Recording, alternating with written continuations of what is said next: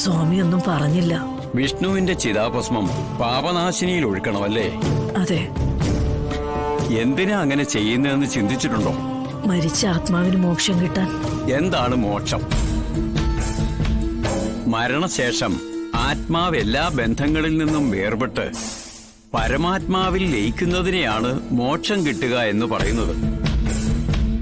ഗംഗാനദി പോലുള്ള അല്ലെങ്കിൽ മറ്റു പാപനാശിനികളിൽ ചിതാഭസ്മം ഒഴുക്കുന്നത് വഴി പരേതന്റെ പാപങ്ങൾ കഴുകിക്കളയപ്പെടുമെന്നും ആത്മാവിന് ജനന മരണ ചക്രങ്ങളിൽ നിന്നും മുക്തി ലഭിക്കുമെന്നും വിശ്വസിക്കപ്പെടുന്നു.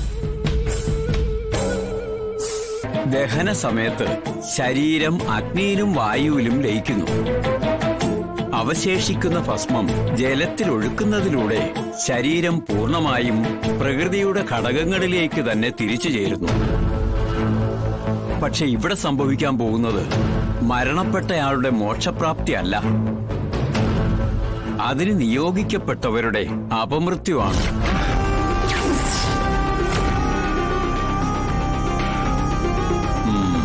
നിമിത്തശാസ്ത്രപ്രകാരം അപശകുനമാണല്ലോ കാണുന്നത്.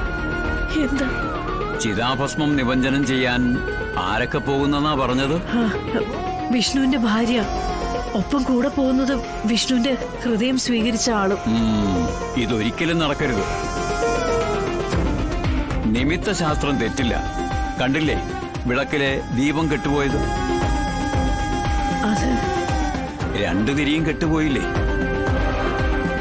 യാത്ര പോകുന്നതും 2 പേര്.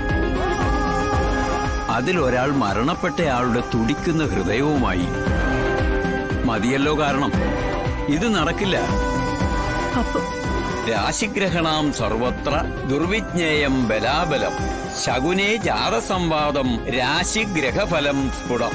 അതായത് രാശികളുടെയും ഗ്രഹങ്ങളുടെയും ബലാബലങ്ങൾ ഗണിച്ചറിഞ്ഞ് ഫലപ്രവചനം നടത്താൻ പ്രയാസമായി വരുമ്പോൾ നമ്മൾ ആശ്രയിക്കുന്നത് നിമിത്തശാസ്ത്രത്തെയാണ്.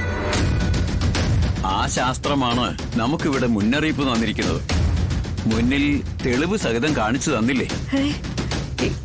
ഞാൻ ഉറപ്പിച്ചു പറയുന്നു, ഈ യാത്ര ഒരിക്കലും നടക്കാൻ പാടില്ല. ഇനി മരിച്ചയാളുടെ മോക്ഷപ്രാപ്തിക്ക് വേണ്ടിയാണ് നിങ്ങൾ ചിതാഭസ്മം നിമഞ്ജനം ചെയ്യാൻ പോകുന്നതെങ്കിൽ ഞാൻ പറയുന്നു, വിഷ്ണു മരിച്ചിട്ടില്ല.